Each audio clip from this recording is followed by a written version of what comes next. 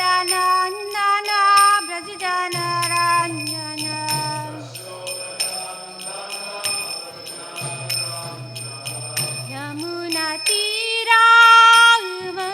यमुनातीरावनचारि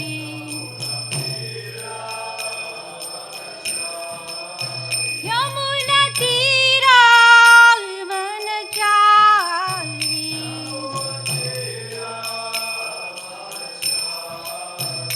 जय श्री कृष्ण चैतन्य प्रभु नित्यानंद श्री अद्वैत गदाधर शिवासादि गौर भक्तवृंद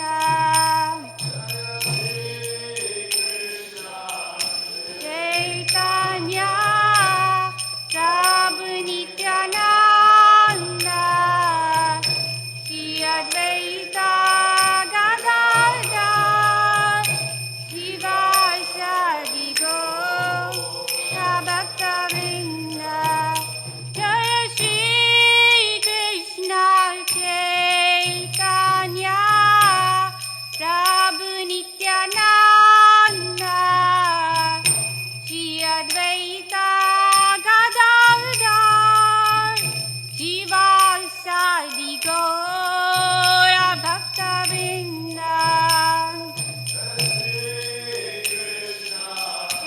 चैतन्य प्रभु नित्यानंद श्री अद्वैत गदाधर शिवासादि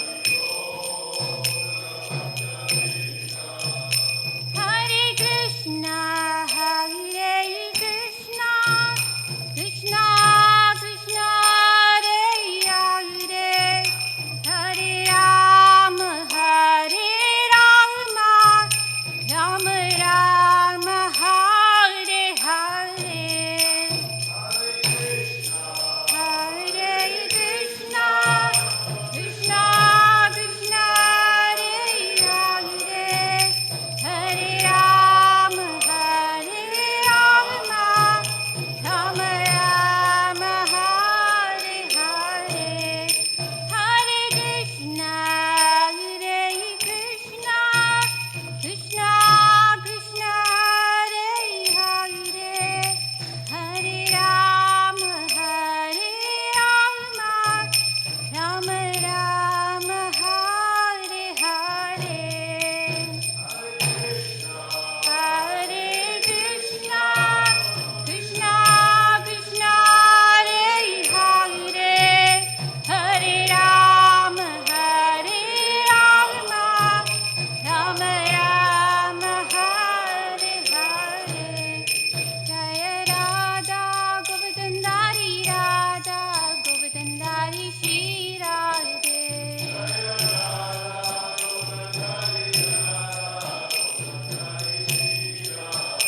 जय कृष्ण बलराम जय गिरि गोवर्धन कृष्ण बलराम जय गिरि गोवर्धन गोवर्धन जय कृष्ण बलराम जय गिरि गोवर्धन जय गौरानिताय जय गौरानिताय जय गौरानिताय जय गौरानिताय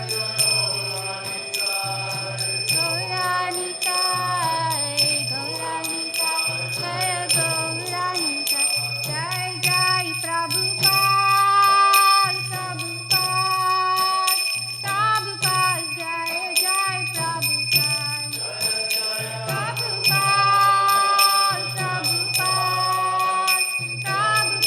जय जय प्रभुपाद जय जय गुरुदेव गुरुदेव गुरुदेव जय जय गुरुदेव गुरुदेव गुरुदेव गुरुदेव जय जय गुरुदेव Om Krishna Patram His Divine Grace A.C. Bhaktivedanta Swami Prabhupada Ki Jai. कोटि वैष्णव वृंद की जय। नामाचार्य श्री हरिदास ठाकुर की जय। प्रेम से कहो श्री कृष्ण चैतन्य प्रभु नित्यानंदा श्री अद्वैत गदाधर श्रीवासदि गौर भक्त वृंद की जय। गंगा देवी की जय, यमुना देवी की जय, भक्ति देवी तुलसी देवी महारानी की जय। All glories to the symbol devotees. All glories to the symbol devotees. All glories to the symbol devotees. All glories to the lotus feet of Shri Guru and Shri Gauranga. All glories to Shri Prabhupada. Pancha kalpatarubhyascha kripa sindhubhyevacha. Patitanam pavanebhyo vaishnavebhyo namo namaha. Hare Krishna, good morning. So today we are reading from Srimad Bhagavatam, Canto 3, Chapter 22, entitled The Marriage of Kadama Muni and Devahuti. And we are reading text 18. And before we start, we'll chant the invocation prayers. Om Namo Bhagavate Vasudevaya. Om Namo Bhagavate Vasudevaya. Om Namo Bhagavate Vasudevaya. Narayanam Namaskritya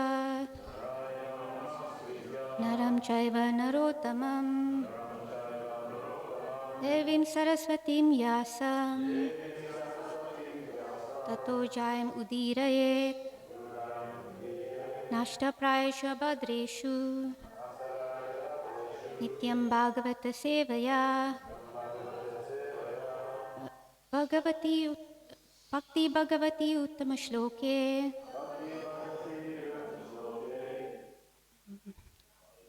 Bhakti Bhavati Naishtiki. So,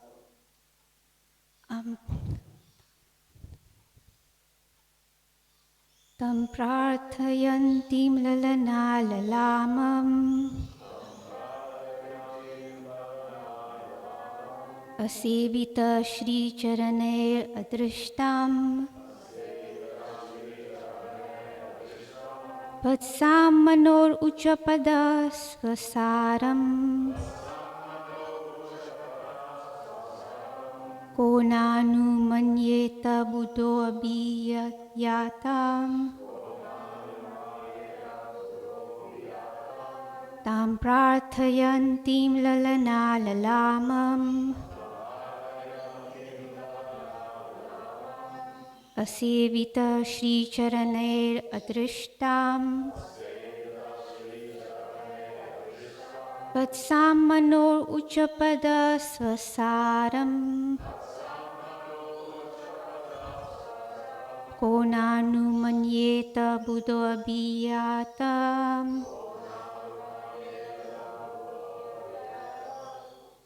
Prabhu.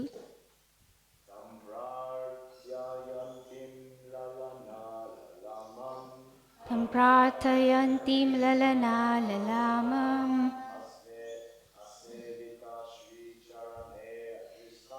Asevita Shri Charaner Drishtam Vatsamano Uchapada Svasaram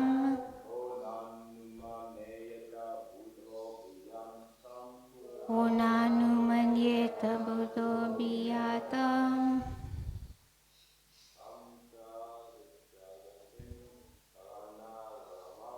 Samprarthayantim lalana lalalam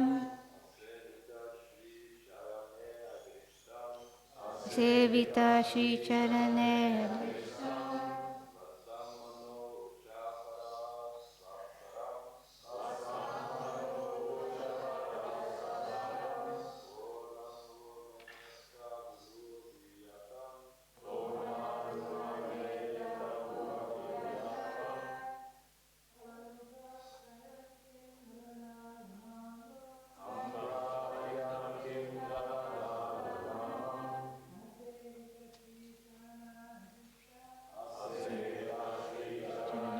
Drishtam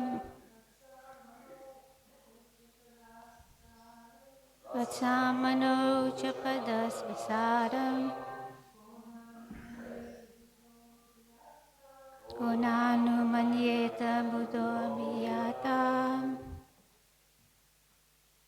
The word tam, her, prarthayantim, seeking, lalana lalamam, the ornament of women, asevita Shri Charane, by those who have not worshipped the feet of Lakshmi, adrishtam, not seen, but some beloved daughter, Manoha of Swayambhuva Manu, Uchapada of Uttanapad, Svasaram, sister, Ka, what? Na Anumanyeta, would not welcome, Udaha, wise man, Abhiyatam, who has come of her own accord. Translation: what wise man would not welcome her, the very ornament of womanhood, the beloved daughter of Swayambhuva Manu and sister of Uttanapad? Those who have not worshipped the gracious feet of the goddess of fortune cannot even perceive her, yet she has come of her own accord to seek my hand. Please repeat. What wise man would not welcome her, the very ornament of womanhood, the beloved daughter of Swayambhuva Manu and sister of Uttanapad? Those who have not worshipped the gracious feet of the goddess of fortune cannot even perceive her, yet she has come of her own accord to seek my hand. Purport by Srila Prabhupada. Kadama Muni praised the beauty and qualification of Devahuti in different ways. Devahuti was actually the ornament of all ornamented, beautiful girls. A girl becomes beautiful by putting ornaments on her body, but Devahuti was more beautiful than the ornaments. She was considered the ornament of the ornamented, beautiful girls. Demigods and Gandharvas were attracted by her beauty. Kadama Muni, although a great sage, was not a denizen of the heavenly planets. But it is mentioned in the previous verse that Vishvavasu, who came from heaven, was also attracted by the beauty of Devahuti. Besides her personal beauty, she was the daughter of Emperor Swayambhuva and sister of King Uttanapad. Who could refuse the hand of such a girl? Srila Prabhupada ki jai. Nama Om Vishnu Padaya Krishna Prishta Bhutale Srimati Priya Krishna Goswami Namini. Nama Om Vishnu Padaya Krishna Prishta Bhutale Srimati Bhaktivedanta Swami Namini.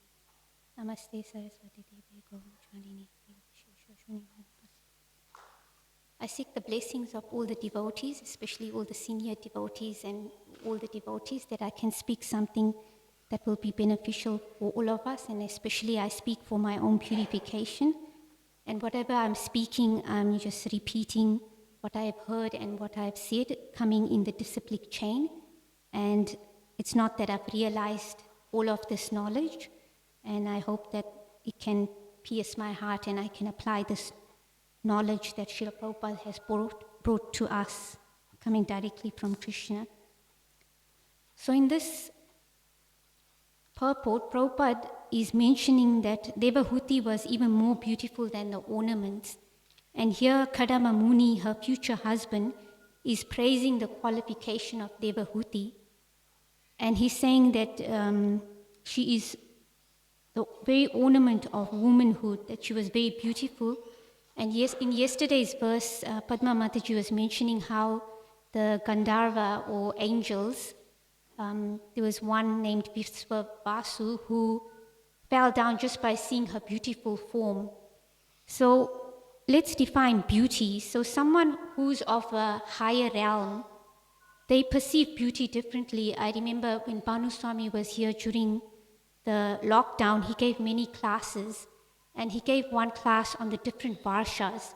So this earthly planet is not just inhabited by living entities. There are many other higher and lower planetary systems. And within the higher planetary systems, it gets subtler and subtler. The enjoyment and the beauty is more subtle, more refined. So for someone of a high caliber consciousness compared to a human being, a Gandharva who's an angel, they're not just attracted to ordinary beauty. So it's not just physical beauty that they're attracted to, because there's a subtle element involved, just like it says there also in Krishna book that Krishna was attracted by the beautiful gopis, who were the cowherd girls, the maidens of Vrindavan forest. So he was not attracted to their external beauty, even though they were very beautiful. He was attracted to their loving devotional service and their qualities. So in this verse, Kadama Muni is mentioning the qualification of Devahuti. So he's saying that she is very beautiful and she comes from a great lineage. He was mentioning that her father is Swayambhuva Manu and her brother is King Uttanapad. So these personalities, they're not just ordinary persons, they're great saintly leaders who were leading at that time. So she's not only coming from, she doesn't only have beautiful features, she has beautiful qualities, and she's coming from a great lineage where she has been trained in the correct manner and her duties as a woman, since she was born as a woman in that life. So in this day and age, when we hear about the qualities of a woman and the duties of a woman, then some people may argue that women have equal rights and women can do just the same as men. And that is correct in one sense. But then a woman's body, just on an external level, is different from a man's body. And also women's emotional nature and psychophysical nature is different from a man. Speaking for myself, being in a woman's body, I can say that I get more emotional or more affected by something that, like for example, my husband wouldn't think anything of it. So we need to also accept that there is that difference also in physical, psychophysical, mental, emotional nature.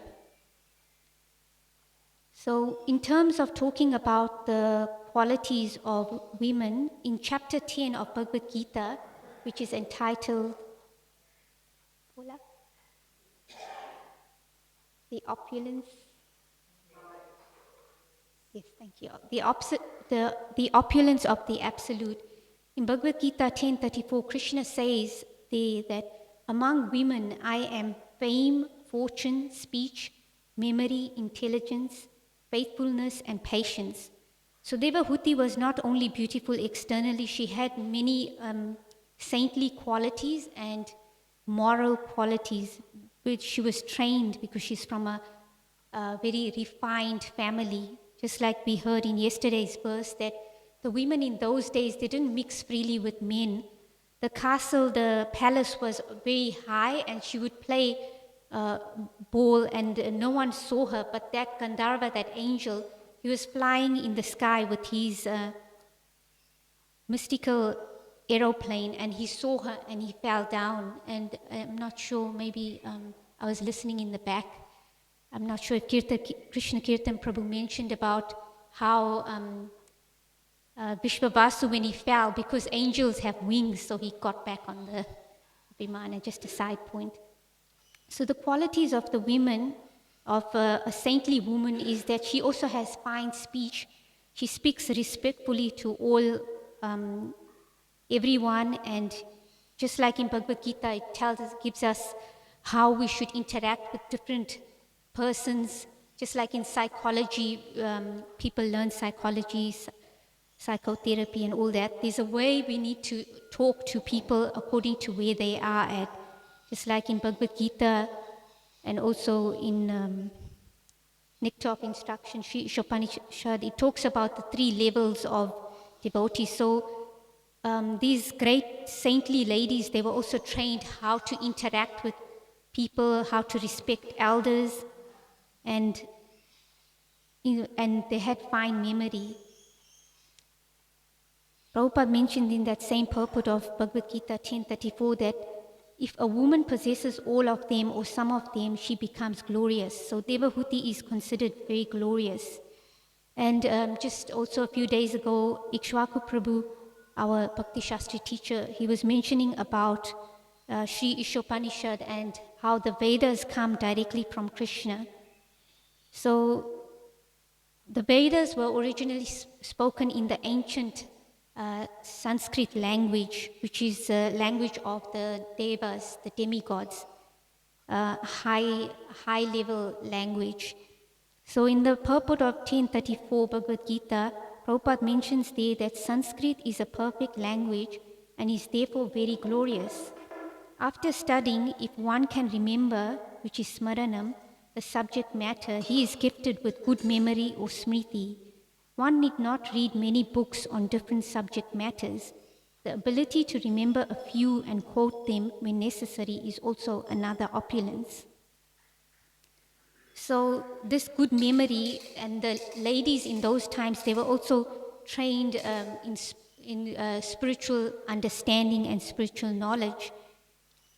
And in the Vedic times, the sages, the holy personalities, they would visit the kingdom, and the king would honor them and they would hear from them. And those sages would sing the glories of the Supreme Lord, Krishna, and his pure devotees. So that's how sometimes the marriages would take place, because the women, the high class women, the high quality trained women, they would not just be attracted to, they wouldn't even see the prospective husband, but they would be attracted to his qualities, his chivalrous nature, his protective nature of protecting. If he's a Kshatriya, in most cases it would be when the princesses would hear about these great persons, and they would be attracted to their qualities. In this day and age, women usually, if they are not trained, and especially with social media and the progression of this iron age, this Kali Yuga, as time progresses on, the morality of people goes down, just like we can even compare to our grandparents' time or their great-grandparents, or even if we've seen in the movies, like also in the Victorian era, the women were very chaste and they were protected by the fathers and the brothers, the cousins, the elderly. So the reason why they are protected is because if they freely mix with men, then it was mentioned also in the previous verses that their emotions are attached to all these different men, and especially if they've had physical contact with them, it's very difficult for her. She's all mixed up, and also on a subtle level, this exchange, it's very degrading and dumbing down the consciousness. And even if she does get married, then she'll compare it with her previous relationships. And just on a practical level, it's not healthy and it's not good. So one may question then how would the women find a suitable husband? So they don't need to compromise their morality or their chastity. And even if women do try to, in those days the women would dress also chastely. They wouldn't expose their upper body or their lower body. But in this day and age, we see even, of course, it's hot here, so, we wear shorts. But just, it's about the consciousness as well. Like, they expose themselves a bit too much. They, like we go to the beach on Harinam, you can see sometimes, and it's not that we're judging them, but the thing is that if women are using their body to attract the gender of attraction or the opposite sex, what they're attracting is someone who is attracted to their body. And we all know the body is temporary, it's not going to last. It's going to get saggy and wrinkly and old and diseased and all these things. So even for a woman, if she's trying to attract a which is natural, women do want to look beautiful, men do want to look attractive, have muscles and all that, which is fine. But the primary focus, the primary quality that one looks for in a partner is their qualities. How do they treat those that are senior? Are they respectful? How do they treat their friends? Do they talk behind their friends? How do they treat those that are dependent on them? How do they treat children? How do they treat others around them? Are they kind, or are they proud and arrogant just because of their looks or their muscles or their wealth? All these are opulences. Yes, they are. Because even in Bhagavad Gita in 641 and 642, it mentions there that if someone is practicing Krishna consciousness, then for a short time, then they are born in a family of aristocratic family, or they are born with beauty and wealth, so they don't need to worry about that. And those who are born in, who have long-term practice, they are born in a family of Vaishnavas. But even then, that's no guarantee. We see that also there are many devotees who are born in the movement, and they actually have many of these opulences. Most of them, I could say maybe 99.9%, are very good looking. They can lead beautiful kirtan. And even when we aspiring devotees have come to Krishna consciousness, our features, they subtly, you can see someone who's come to Krishna consciousness. You look back at a photo, we've seen also the physical features, subtly they do change, so become more beautiful. But this is no guarantee that one will make progress. So the primary focus should be developing those inner qualities, those subtle, finer qualities, like the 24 qualities of a devotee. He's kind, he's compassionate, he's tolerant, he's clean. So all these qualities are very important, because these qualities, they will carry us forward, especially if they are connected to Krishna. They will carry us into our next life as we keep progressing and moving towards Krishna. And ultimately, in some lifetime, we'll go back to the spiritual world where we don't have to keep going in the cycle of birth and death. So in this day and age, sometimes also it's women are sometimes, due to certain circumstances, they don't have their fathers or brothers with them. Many travel overseas and they don't have anyone to protect them. It's not that also women can't protect themselves. Women are strong, but there is this subtle protection you get when a man is around. Then other men won't harass a female. I have experienced that in my personal life as well. So also we hear the example of Rukmini, that when she was, she became attracted to Krishna by hearing about his qualities from the sages, the holy personalities who would visit the palace. So the attraction comes from hearing about the qualities. And this teaches us that if we, and this not only applies to women, but also to men, that I'll give one example. In my life, I was also, before I got married, then I was seeking help even from my spiritual master and many senior devotees, Urmila Mataji. I mentioned it to some senior ladies as well. And sometimes, yeah, as also Krishna Chaitanya Swami was saying, that everyone, all the women need help, and he was also mentioning that the fathers in the community, if they can help the ladies get married. So sometimes also it was a few years before I got married. So even though that may be there, ultimately we need to take shelter of Krishna and our service.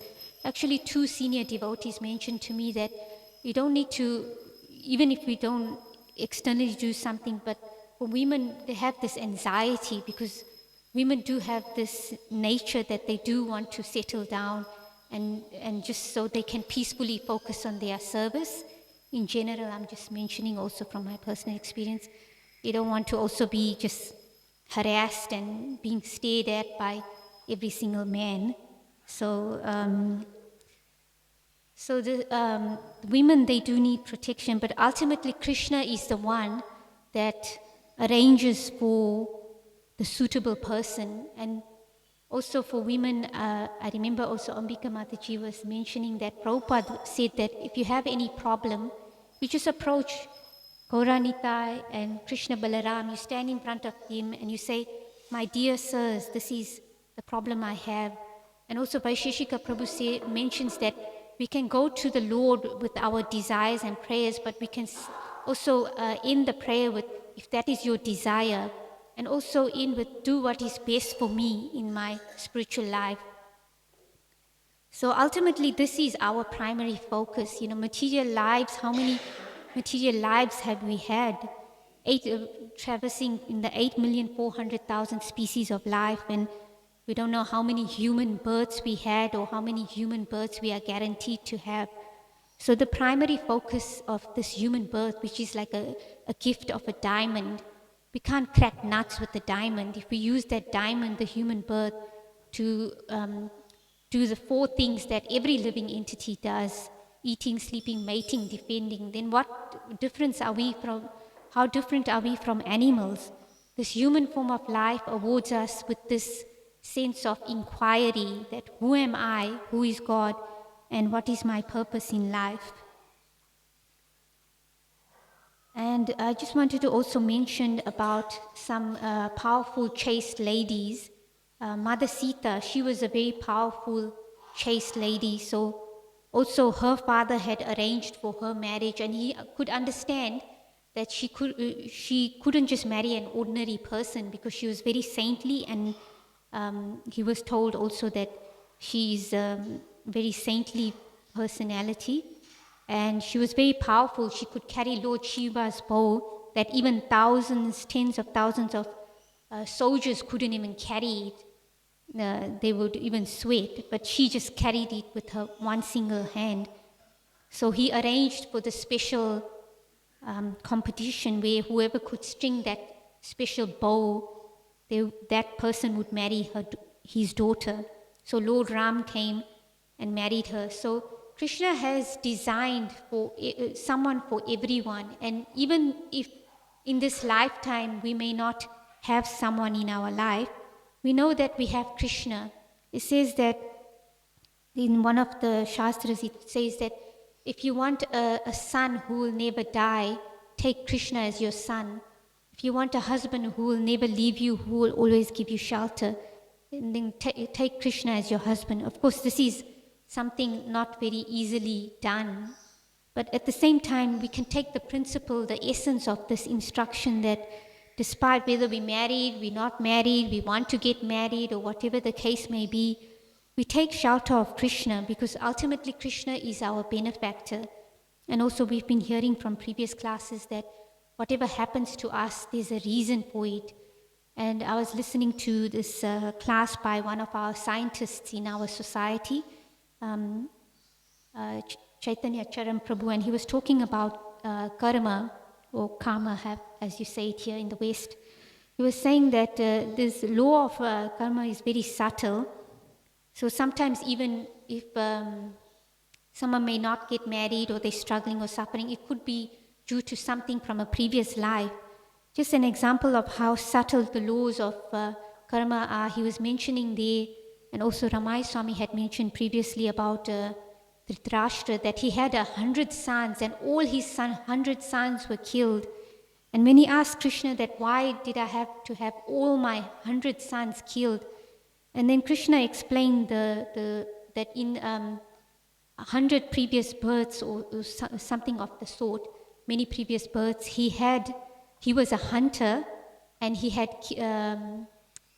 some birds had escaped, and somehow he killed the 100 birds, or the eggs were destroyed.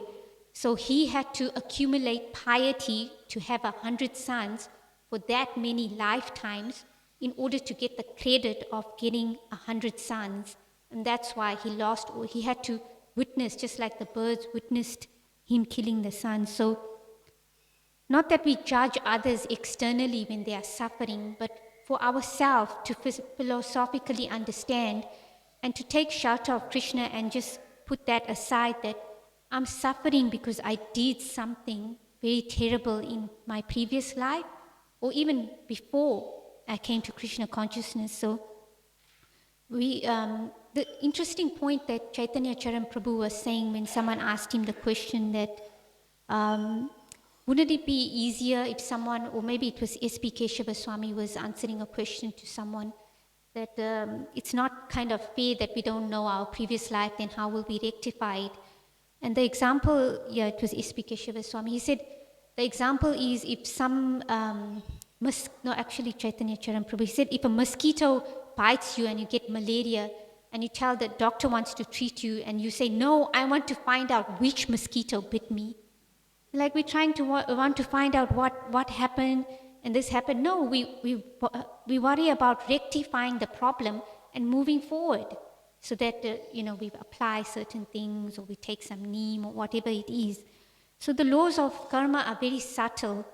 So one may not have the good fortune of marrying someone or having someone to help find someone of marriage, or whatever the case may be. But Krishna is a loving God, a loving Father, a loving friend.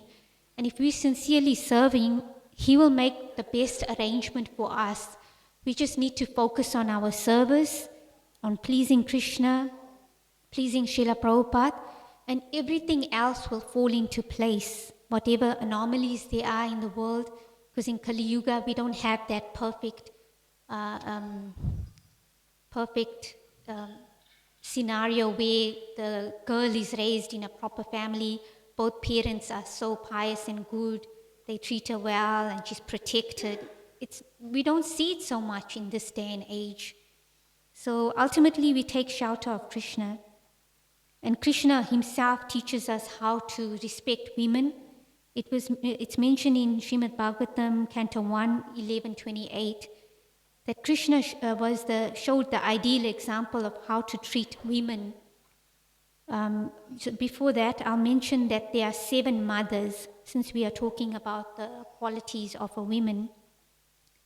And who knows the 7 mothers or some of the 7 mothers?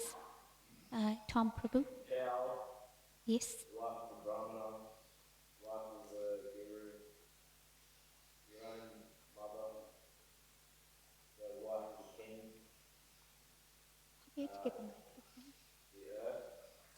Yes.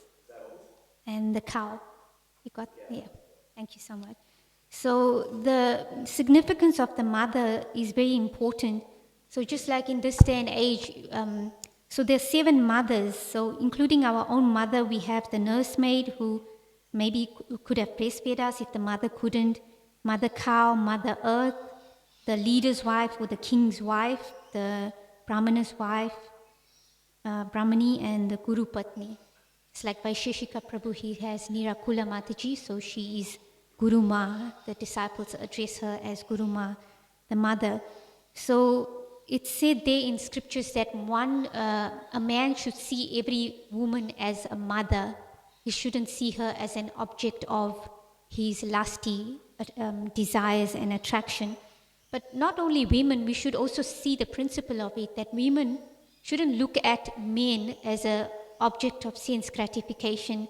Like in modern ages, they have these, like in the movies, they used to have like these women, they look at these calendars of these men with muscles or whatever. So the principle, it's not that just only for women, but it applies for men as well. Because who knows, someone might be in a female body, have mostly, that male psychology, wanting to enjoy the Purusha Bhava, or man could have the woman's psychology. So in this lifetime, we may be a man or a woman. We don't know what will be in our next lifetime, if we are even lucky to get a human birth. So in Srimad Bhagavatam 1:11:28, it says there that Krishna had many mothers. He had stepmothers, including Devaki. So when he approached Dwarka and his mothers came, it says there, he showed the ideal example of how to treat all his mothers. He saw all of them just the same as his own mother. So even Krishna, the Supreme Personality of Godhead, shows us how to treat women. So obviously this principle also applies to women, should also respect men. And respect this principle of that every living entity, especially human beings, and we are here, we all, either men or women, are trying to please Krishna. And if we try to distract or try to play around or, subtly joke, and there's some subtle sense enjoyment there, then actually we are doing a disservice to ourselves and to the other devotees, because we are taking the mind away from Krishna. So our primary focus should be that we develop these qualities, the spiritual qualities, moral qualities. One can develop morality, compassion, all these things. But if it's not connected to Krishna, it's just temporary. And we'll come back again and get a pious birth, and then maybe enjoy some heavenly planet or some opulent life. Being born in a family like Europe, they still have, the kings and queens, the titles, and may live in Buckingham Palace or whatever. But it's all temporary, and we all going to go through birth, death, disease, and old age. But whatever good activities we do in connection with Krishna, in service to Guru and Gauranga and to the devotees, it's to our eternal benefit, and it's a spiritual bank account. It won't get finished. Unlike a material bank account, we make withdrawals, it will go down. So doing material pious activities, we'll draw on those material pious credits in our next life, if we're lucky even to get a human birth. But it's just going to keep us in this cycle, going around and around on the Ferris wheel, sometimes a high birth, sometimes a low birth, and it's just a waste of time. So this human form of life is very rare. It's like a diamond. We shouldn't waste it in cracking nuts, birth, eating, sleeping, mating, defending. Yes, those things are there. We see many devotees are very successful. They have good education, they have good jobs, they have businesses. But dovetail it all in the Lord's service, in Krishna's service, then the success is guaranteed. Whatever discrepancies may happen, whatever anomalies, if Krishna is the center, then everything is successful. So I'll read the translation again. What wise man would not welcome her, the very ornament of womanhood, the beloved daughter of Swayambhuva Manu and sister of Uttanapad? Those who have not worshipped the gracious feet of the goddess of fortune cannot even perceive her, yet she has come of her own accord to seek my hand. So if anyone has any questions, comments, corrections, Ambika Mataji. Thank you for the nice class, Vaishnavi Prabhu. I have a comment and a question. Comment is that you were saying regarding taking shelter of Krishna, even if you're not rightly situated as you expect with the husband, wife, children, etc. There's one story, a god sister of mine called Chintamani. She was married to Sudama, and they began Krishna consciousness in Japan. They opened up Japan. And then he took sannyas, and they hadn't been married very long at all. And she was very heartbroken, and she came to Bombay, and she was living in Bombay in the ashram, and she was just very sad. Anyway, one time she went to Sri Srila Prabhupada, and Srila Prabhupada spent a good 20 minutes just alone with her, talking to her, and she told him her heartbreak, and he pacified her. And then he had these Jagannath deities there that someone had brought, and he gave them to her, and he said, "Here, you take Lord Jagannath as your husband and Balaram and Subhadra as your children." And she's done that for her whole life, so she was very satisfied by that. And not that everyone can do that, but that was her story. And the question is, you said that we should focus on developing good qualities. So how do we focus on developing good qualities? Thank you. I'm sure you already know the answer, but you're churning the nectar. Just on that comment you made, I also wanted to share Pishima Prabhupada's sister, Srimati Babatarini Devidasi. Prabhupada, I was just researching, and it was mentioned there's something related to that pastime you're mentioning about your god sister, is that when she married, her husband was a debauchee and very low class, and she went to Prabhupada and asked him, what should I do? What should I do? And she was very chaste, so she remained with him. And Prabhupada gave her the Radha Krishna deities. He said, remember, we worship them. And Prabhupada said that she was a pure devotee of Radha and Krishna, and she never left her husband. She kept serving him. And then ultimately her husband did become a devotee, and he actually started worshipping her and praising her qualities. So that is the power of a chaste lady, that even though she struggled, she didn't leave her husband. She continued serving him and taking shelter of Krishna and praying for the welfare of the husband to help, so Krishna can help him.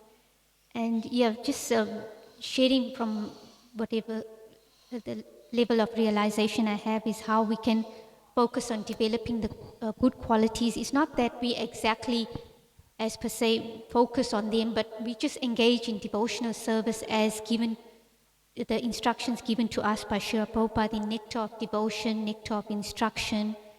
And I'm telling myself this, I'm far from it, but try to follow those basic instructions, take shelter of the chanting and the hearing and doing the service, and then automatically those good qualities will come.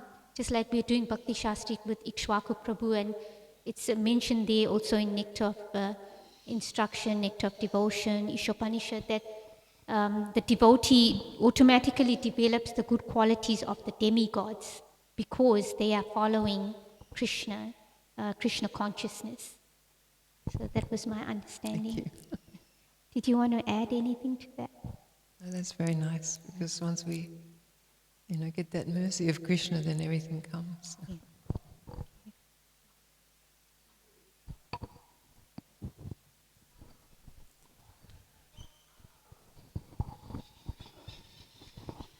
Thank you, Vaishnavi.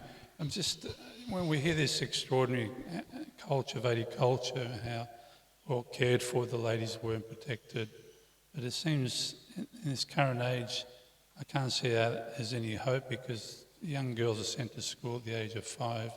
They spend their whole lives mingling with unlimited boys in the school environment. So I don't know how we're supposed to protect our ladies in those situations, because they're pretty much exposed from day one and abused and exploited. I just see the evidence in looking at Ambika Mataji and all the Prabhupada disciples, that actually Prabhupada saw that he went to the West, that he couldn't completely segregate. So he worked with what he had, and he created Brahmacharini and Brahmachari Ashram. And they actually worked together so amazingly because their focus was on Krishna. Even though they did service together, they didn't have that lusty attraction, because their primary focus was pleasing Srila Prabhupada, the pure devotee, and pleasing Krishna. So they worked cohesively. So Prabhupada took what was there, and he didn't water down the principle. He kept the principle, but he was very innovative. And because in the Vedic times there was no Brahmacharini ashram, the women never left home. But Prabhupada created that, and because of his purity and his great intelligence used in Krishna's service, he was very innovative, and he created these ashrams. So when the training is there, even if there is that mix of the men and women, just like we have Gurukul here, the boys and girls, they do play together. But then there's training there that Krishna is the center. And then if we keep focusing on Krishna being the center, pleasing Prabhupada, and those higher qualities, even though externally that mingling goes on, the internal life, the consciousness is not there as an object of sense gratification. It's all based on service. That's my understanding. Hopefully that. Thank you. So we'll end there. Srimad Bhagavatam ki jai, Srila Prabhupada ki jai. अनंत कोटि वैष्णव वृंद की जय।